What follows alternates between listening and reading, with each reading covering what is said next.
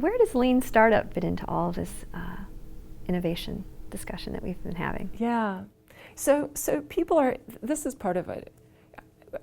I used to call this management by fad. You know, we've got the design thinking thing going. We used to have Six Sigma. Now we have Lean Startup. So to me, they're similar. Well, they're the same process in essence. But in design thinking, you start with customers and you just go out and live with them for a while and then figure out what you want to do for them. Lean Startup tends to start with an idea. I'm going to make an app that blah, blah, blah, right?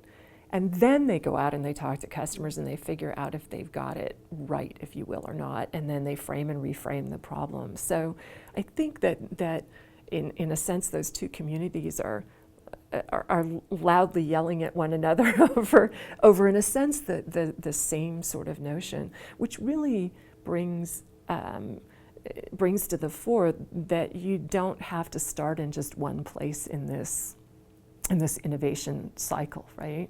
If I have no idea what I want to do, then maybe I go out and I just live in the world with people for a while and say, these look like interesting problems I might work on for them, and here's a bunch of ideas. But I might have already kind of lived it myself. And I'd say, you know what, I'm really unhappy with this aspect of my life. And I think I could fix it by doing X. So I can start with the idea, and then I say, well, let me go out and figure out if that idea works or not.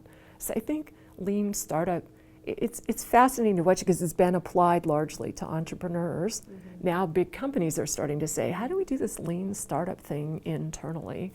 And so it's a mechanism for companies to even to think about this sort of innovation cycle and the kinds of changes they